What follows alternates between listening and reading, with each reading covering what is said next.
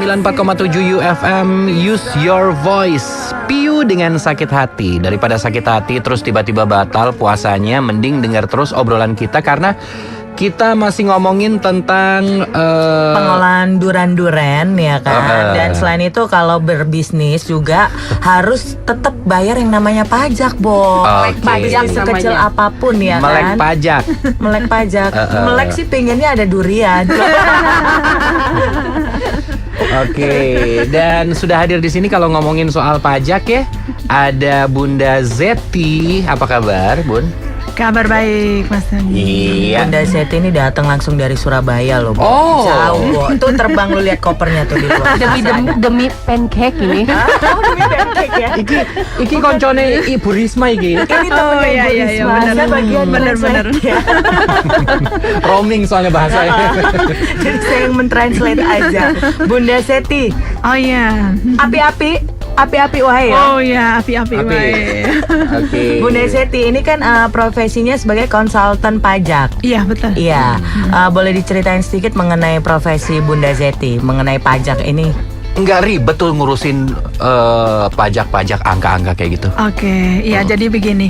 Kebanyakan kalau saya tanya mengenai pajak mungkin hampir di seluruh Indonesia ini nggak ada yang suka pajak gitu, pasti alergi semua gitu. Jadi berbanding terbalik dengan Bunda Lili yang legit, yang gurih gitu. Ini langsung kalau ngomongin pajak itu langsung muka langsung jadi rasanya sebel gitu. Soalnya kebanyakan orang suka rujak daripada Oh pajak. iya, benar. Justru saya berangkat dari karena ketidaksukaan orang terhadap pajak. Justru ini adalah kesempatan gitu kan, kesempatan yang sangat bagus gitu karena di saat orang pada tidak senang, saya justru menyenangi pajak gitu kan. Jadi nggak ada saingan Emang gitu. Ada apa? Ya, Jadi bisnis yang gurih kan berarti kan? Bisnis yang gurih juga. Tetapi minimal saya memang moto saya untuk selalu berbagi walaupun itu sesuatu yang dibenci gitu. Karena setiap saya cerita pasti, aduh saya kok nggak tertarik ya dengan pajak ya. Padahal dengan sedikit mau mendengarkan, mungkin sedikit aware dengan pajak, sedikit melek, itu akan sangat aman. Jangan sampai nanti setelah bisnis kuliner yang sudah dibangun dengan susah payah, kemudian akan bangkrut begitu diperiksa pajak. Wah ini sayang sekali. Karena gitu. banyak yang bilang katanya benci tapi rindu kan. Oh ya, maunya setelah ini semua nanti pada benci dan rindu dengan Udah pajak. benci, otomatis rindu juga. Iya. Oke, ngomongin soal pajak. Ini pajak yang seperti apa, Bun? Hampir semua apapun penghasilan di Indonesia itu nantinya akan dikenakan pajak, kecuali memang ada misalnya namanya penghasilan tidak kena pajak, itu ada angka besarannya gitu, ataupun mungkin pajak daerah itu juga kalau di DKI misalnya untuk kuliner yang di bawah 200 juta setahun gitu mungkin tidak dikenain pajak memang. Tetapi pada prinsipnya kalau misalnya kita telah mendapatkan penghasilan dari Indonesia itu akan ada semacam subsidi silang lah. Jadi kalau memang yang tidak mampu nanti seperti program-program yang presiden yang akan datang katanya mau dapat gratis dan macam-macam begitu kan, sehingga nanti yang kaya berarti mensubsidi yang kurang beruntung, sehingga nanti hasil pajak itu akan didistribusikan misalnya untuk membangun rumah sakit, untuk membangun sekolah gitu, kemudian untuk kemarin misalnya kartu Jakarta Pintar dan sebagainya. Nah itu semua dari pajak gitu. Sehingga kalau apa yang mau dibagi, kalau pajaknya ini nggak masuk ya nanti yang dibagi nggak ada gitu kan. Oh, jadi tetap balik-baliknya lagi kita jatuhnya kayak nolong orang juga, Bo. Kita bayar pajak, kita memberikan buat orang yang memang yang tidak lebih bisa. membutuhkan. Nah, itu kan nantinya ya kan, nantinya juga akan diterapkan seperti itu. Tapi kalau yang ada sekarang ini seperti apa pajak kita? Yang ada sebenarnya sudah dilakukan seperti itu, di mana hampir 80% biaya pembangunan di Indonesia itu dibiayai dari pajak ininya. Jadi jangan sampai nanti kalau seandainya masyarakat Indonesia nggak mau membayar pajak semua, nanti bisa-bisa pegawai negeri nggak gajian gitu, atau mungkin Pak Polisi nggak ada yang jaga lagi atau gimana karena mungkin tidak menerima gaji ini. Makanya kita memang, saya untuk concernnya itu memang untuk mengingatkan, kemudian untuk berbagi bagaimana walaupun itu sesuatu yang dibenci. Makanya termasuk saya mungkin masuk dari Ibu Kos ini, klubnya Ibu Kos gitu. Saya selalu berbagi mengenai perpajakan supaya setiap orang aware, kemudian jangan sampai nanti kalau sudah diperiksa tahu-tahu bangkrut. Padahal sebenarnya nggak perlu bangkrut. Kalau misalnya memang membuild suatu bisnis, ya sebaiknya yang visioner. Sudah mulai catatannya nanti dipisahkan, jangan dicampur gitu. Nanti pas ada duit masuk dari suami, transfer dari suami, wah nanti orang pajak ini apa ini kok pada masuk ke rekening? Jangan-jangan ini pendapatan gitu kan? Padahal itu cuman pendapatan dari suami misalnya ininya, atau pendapatan dari selingkuhan gimana? Oh ya itu kalau nggak bisa dijelaskan, nah itu bisa ditarik Tetap pajak bersifat nanti. pribadi kalau selingkuh.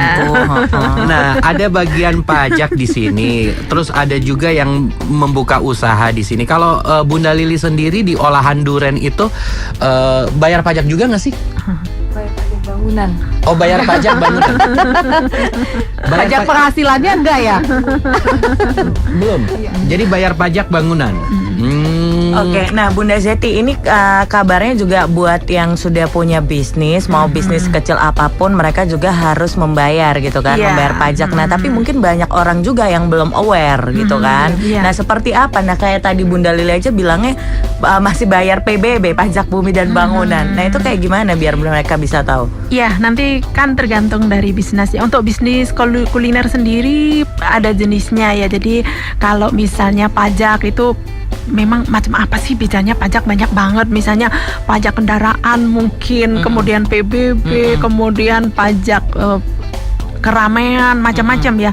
Karena memang pajak itu ada dua. Yang pertama yaitu pajak pusat. Pajak pusat itu yang dikelola oleh pusat, misalnya pajak penghasilan pasal 21. Mungkin kalau misalnya Mas Tony menerima gaji itu langsung dipotong pajak, ya kan? Benar-benar kalau Kemarin 28 juta langsung habis berapa ya? potong pajak, potong yang ngasih job kita, ya kan? Berapa persen lu? Ini sebenarnya sunat apa pajak sih? Jadi kalau gajian itu yang dipotong itu? Iya, itu PPh pasal 21. Jadi Pajak setiap penghasilan. menerima penghasilan kan cuman dipotong PTKP aja. PPH. Ada juga yang PHP, pemberi harapan palsu. Oh iya bener. Itu bukan dipajak, Bo. Itu bukan dipajak. Oh iya, satu Di lagi. Dokter Boyke. Salah satu cara untuk mengedukasi masyarakat juga kebetulan Mbak Zeti ini secara sukarela juga masuk ke komunitas komunitas ibu-ibu. Komunitas ibu-ibu doyan nulis, dan kita itu jadi punya satu kurikulum yaitu melek pajak. Jadi di sana ini Mbak Zeti cerita bagaimana sih membuat NPWP, terus bagaimana sih mengurus pajak dan lain-lain, dan itu adalah salah satu dedikasi Mbak Zeti yang sebenarnya lebih banyak perusahaan yang diurus, tapi kok mau-maunya gitu untuk berbagi dengan ibu-ibu, karena memang ternyata bukan hanya perusahaan yang harus melek pajak, kita juga ibu rumah tangga harus melek pajak karena memang Luar sudah dikenakan ya Iya. pajak-pajak perseorangan Oke. atau pajak penghasilan seperti itu. Oke. Pengen nanya satu lagi, NPWP sebenarnya fungsinya untuk apa? Punya NPWP waktu itu suruh bayar pajak, tapi bingung juga. NPWP salah satu syaratnya adalah untuk mencari KPR. Dulu kan fiskal, buat bebas fiskal ya kan? Sekarang kayaknya untuk KPR deh, untuk kredit rumah atau buat ngutang. Nah, biasanya sekarang Penulis juga harus ada penulis NPWP. juga, ya. Karena Kalau nggak punya NPWP dipotongnya itu 30%. 30% untuk royalti. Royalti. Ya, tapi kalau punya NPWP cuma 15%. UFM 94,7